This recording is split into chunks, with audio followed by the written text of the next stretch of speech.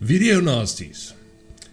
Now, if you don't know what that term means, it was a plague of movies that corrupted the brains of children in Britain, according to the politicians. But was it really that bad? I don't think so. People just, I think they acted stupidly. Stupidly. They didn't act right. But yeah, I mean, with the titles that was thrown around, I think there was about 72 movies that was thrown on the whole Video Nasty list. About 39 of them remained, and about 32 got prosecuted way back in the 80s. I recommend you look at some documentaries about the Video Nasties if you don't know what I'm talking about. Most of these horror movies you probably have seen, but some of them remain quite obscure. I mean, there were titles like Absurd, Blood Feast, The Ghastly Ones, Bloody Moon, Cannibal in the Streets, Devil Hunter, Don't Go in the Woods, Driller Killer, Faces of Death, The House by the Cemetery, The Beast in Heat, Snuff, Toxic Zombies, Eaten Alive, The Toolbox Murders. Now, I mean, most of these movies I have seen them. It's not necessarily very good horror movies, but they're not bad either. I mean, I have my top 10, and that's what I'm going to show you guys today. I'm just going to give you a quick little run through of my top 10 video nasties that I've seen and I like.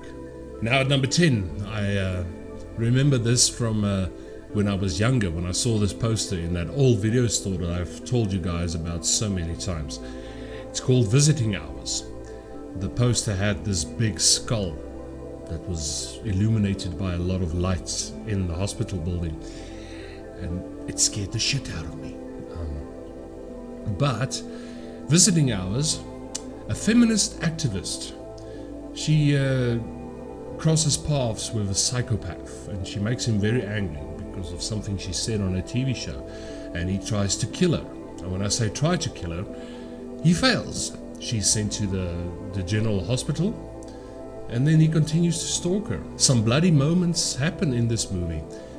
Great little look back movie. My number 9 pick, my friends, The Toolbox Murders. Now, I mean, if you have a psychopath running around killing people with power tools, you're in for a good time if you're really into horror and stuff. This guy was driven insane by the death of his daughter, and, well, he felt, okay, now he's going to start using power tools to exact revenge. Couldn't you just use a knife boot? But, okay, power tools in a horror movie is always fun, so check out for that one. It's quite a good one. At number 8, we have The Burning. Now, if this seems familiar, it should, because this is actually just a copy of Friday the 13th, if you look at it in that way.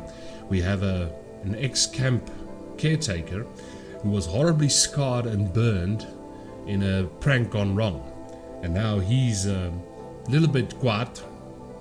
Kwaad means angry in Afrikaans. Now he's a little bit kwaad, and he's starting to take his revenge on some of the people camping at this camp. It's a lot like Friday the 13th, but in this thing the kills, it's gory. I mean, if you've ever seen a pair of garden shears used in a different way, check out this movie, because it's not being used to trim the bushes, my friends. Oh, number 7. Last House on the Left. The very original Last House on the Left. Directed by the late Wes Craven. 2 friends are on their way to a rock concert, and being teenagers, you know, they're looking for a little bit of trouble, so they go to the city to try and score some pot, Dacha, marijuana, vitamin green, that stuff. And unfortunately, they run into a psychotic gang of people who follow them back, and they torture these 2 women. Now, when this movie came out, I remember the reviews were, people were fainting and people thought what they were really seeing was happening. It was so scary. It is. It's a scary movie. It's a very bad movie. But it turns out bad for the gang if you haven't seen this, because the parents of one of these girls, they get their revenge.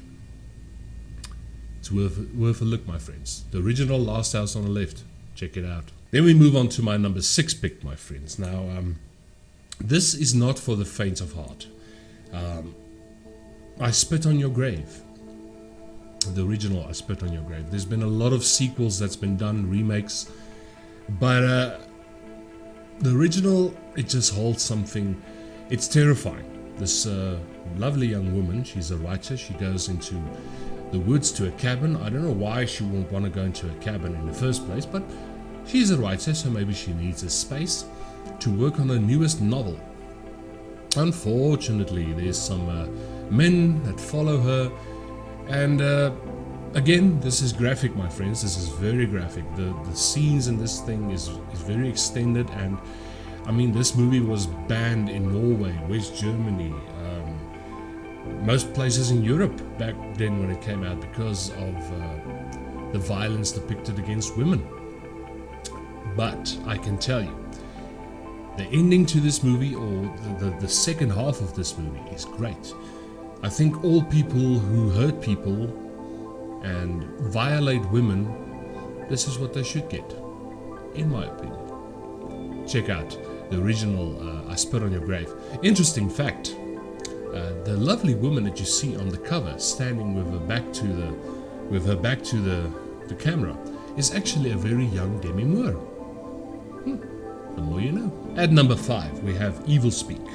Now, it's kind of funny when you watch this movie nowadays and you see how far we've come technologically. Clint Howard plays a military outcast who's ridiculed and humiliated and beaten, and you feel bad for the guy, because, I mean, nobody deserves that type of treatment. He finds a way through his computer to summon wrathful spirits to take care of the bullies.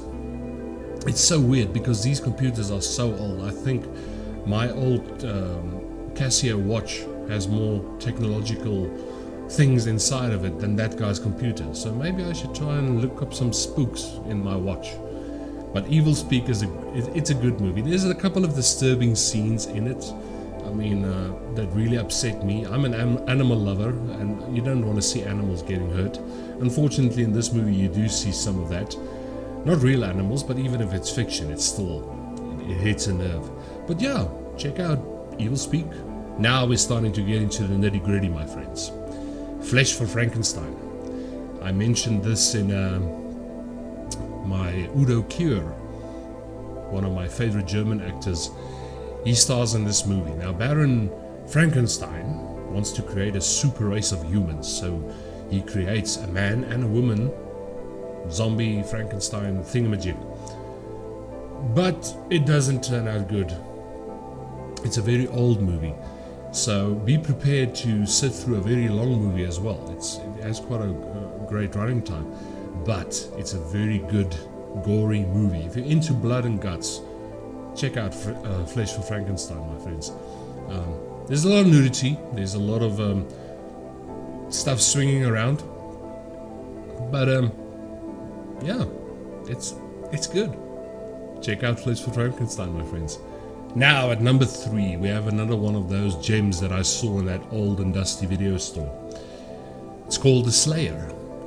I don't know how many times in my lifetime I've seen this movie, but it's been a lot.